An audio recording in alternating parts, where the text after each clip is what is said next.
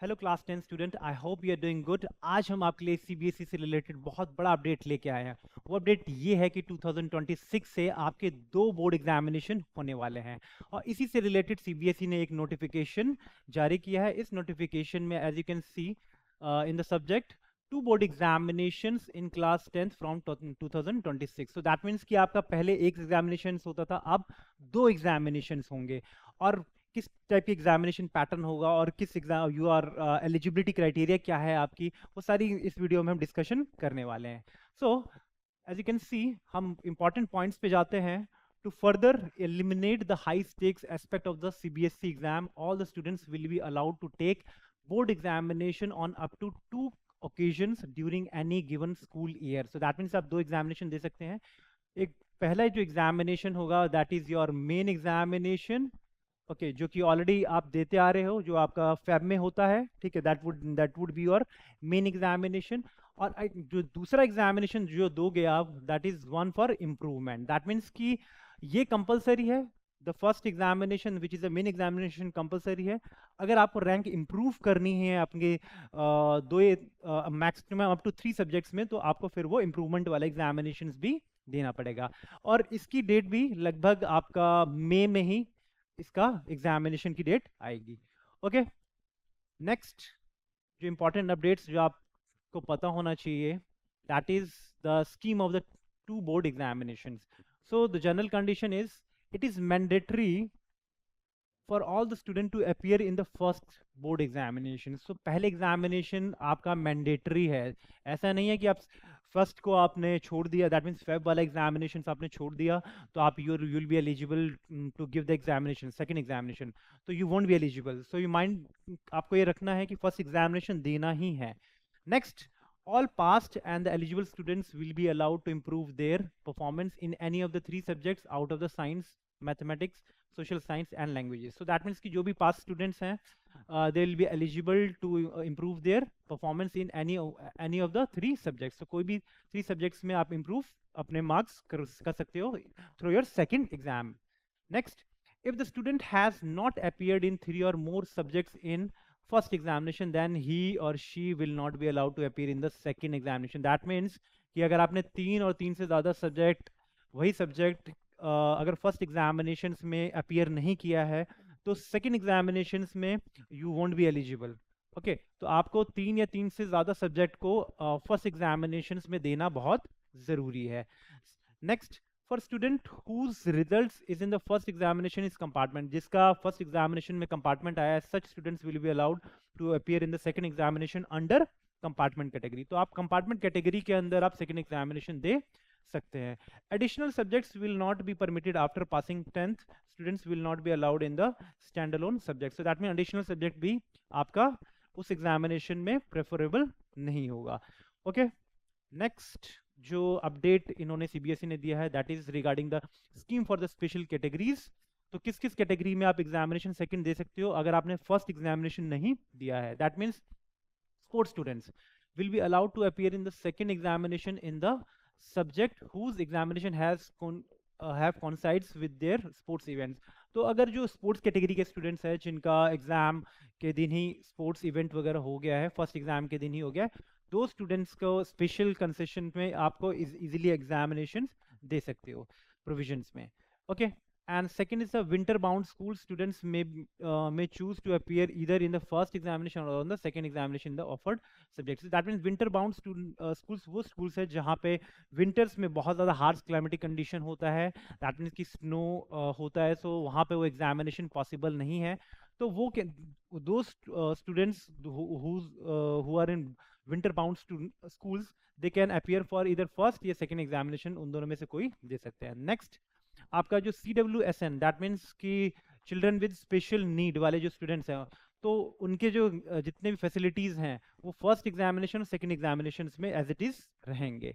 Okay, next जो update है that is the conduct of internal assessment, which is internal assessment will be conducted only once before the main examination. जो internal assessment जो होता है आपके जो marks वगैरह जो जाते हैं, इंटरनल मार्क्स वगैरह जाते हैं, वो आपके जो मेन एग्जामिनेशन से पहले ही सारी चीज़ें हो जानी चाहिए। ओके, स्कीम फॉर एग्जामिनेशंस, ये बहुत इंपॉर्टेंट है scheme. The main or the first examination will begin from the mid February as conducted now. So जैसे कि आपका mid of February से examination होता आ रहा था board examinations, वो as it is होता रहेगा. That is your main examination और उसको कहेंगे हम first board examination. Second examination will be conducted in the month of May. तो May में examination आपका second होगा. That is for improvement. Okay. Then is the eligibility criteria for appearing the examination. First examination will be the main examination, and the eligibility criteria for first examination is as such. The fresh student of class 10th के fresh student ही होने चाहिए, वो appear कर सकते हैं. And second chance compartment वाले students भी दे सकते हैं. And essential repeaters of the previous year. तो पहले वाले जो repeaters बच्चे हैं वो भी दे सकते हैं. And improvement examinations वाले वो भी दे सकते हैं. सेकेंड एग्जामिनेशंस के लिए कौन से स्टूडेंट्स एलिजिबल हैं? As you can see, improvement category up to 3 main subjects. So that means कि आप वो स्टूडेंट्स जो कि अप टू 3 सब्जेक्ट्स में आपका इंप्रूवमेंट चाहते हैं, जो 3 सब्जेक्ट्स में मान लो मैक्स टू मैक्स 3 सब्जेक्ट्स में जो सेटिस्फाइड नहीं है फर्स्ट एग्जामिनेशन से, वो अब 3 सब्जेक्ट्स को आसानी से सेकेंड एग्जामिनेशन बोर्ड एग्जामिनेशन में दे सकते हैं. फर्स्ट या थर्ड चांस कंपार्टमेंट वाले स्टूडेंट्स भी दे सकते हैं, कंपार्टमेंट प्लस इंप्रूवमेंट वाले भी दे सकते हैं. And improvement for the second passed by the replacement of the subjects, तो जो रिप्लेसमेंट ऑफ सब्जेक्ट्स वाले भी स्टूडेंट्स दे सकते हैं.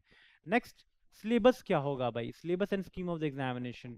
Both the examination will be conducted on the full scale mint for the year through out the year. So that means पूरा syllabus जितना भी through out year जो आपने पढ़ा है वो उसका फुल सिलेबस दोनों एग्जामिनेशन के लिए ही होगा.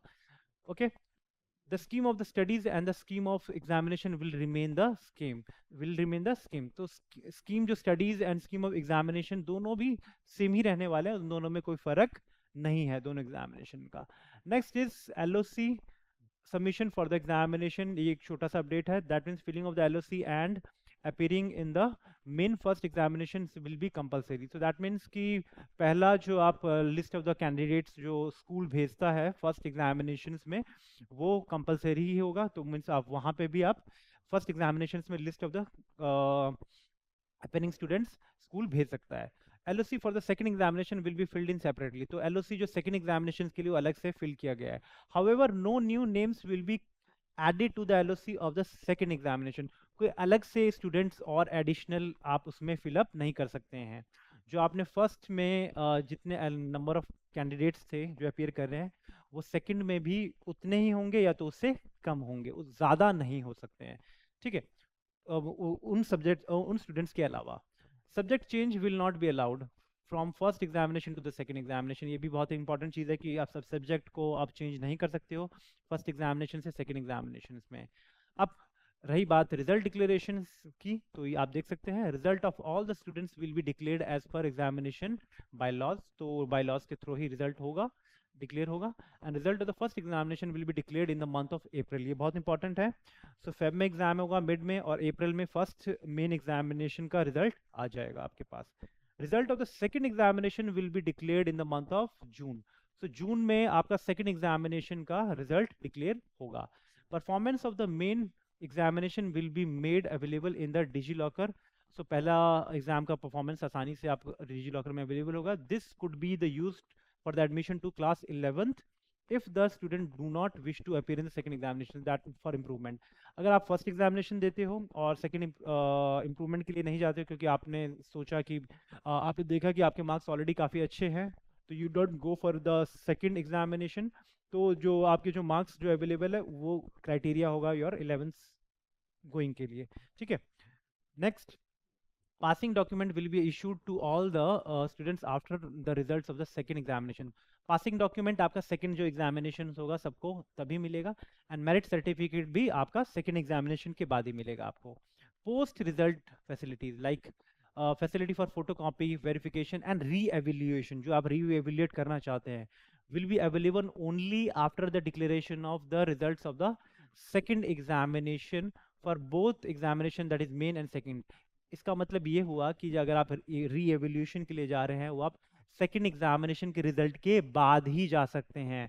Only for those students, for जो मेन स्टूडेंट्स मेन एग्जामिनेशन और सेकंड जो एग्जामिनेशन है दोनों का इवेल्यूशन बाद में ही होगा. दैट मीन्स सेकंड एग्जामिनेशन का जो रिजल्ट आया उसके बाद ही आप री एवेल्यूएट कर सकते हैं. Admission in class 11th. Students will qualify in the main examination will be allowed provisional admission in class 11th. So that means जो main examinations में not qualified थे, ठीक है, the student not qualified in the main examination will be allowed provisional admission in class 11th, and based on the result of the second examination their admission will be confirmed.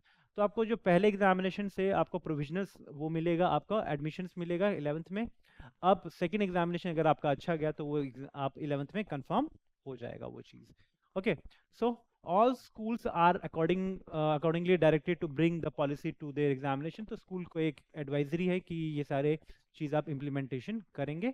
So the major aspect जो CBSE ने इस साल जो 2026 के लिए लेके आए हैं कि instead of having one examination you will be having two board examination, और दोनों बोर्ड एग्जामिनेशन का पैटर्न ऑलमोस्ट सेम सिमिलर रहने वाला है. और जो स्टूडेंट्स फर्स्ट एग्जामिनेशन में क्वालिफाई किए हैं और जिनको इम्प्रूवमेंट करना है मैक्स टू मैक्स 3 सब्जेक्ट्स में, वो students second examination board examination को के लिए अपीयर हो सकते हैं. तो ये एक बहुत बड़ा अपडेट है 2026 के लिए क्लास 10 स्टूडेंट्स के लिए.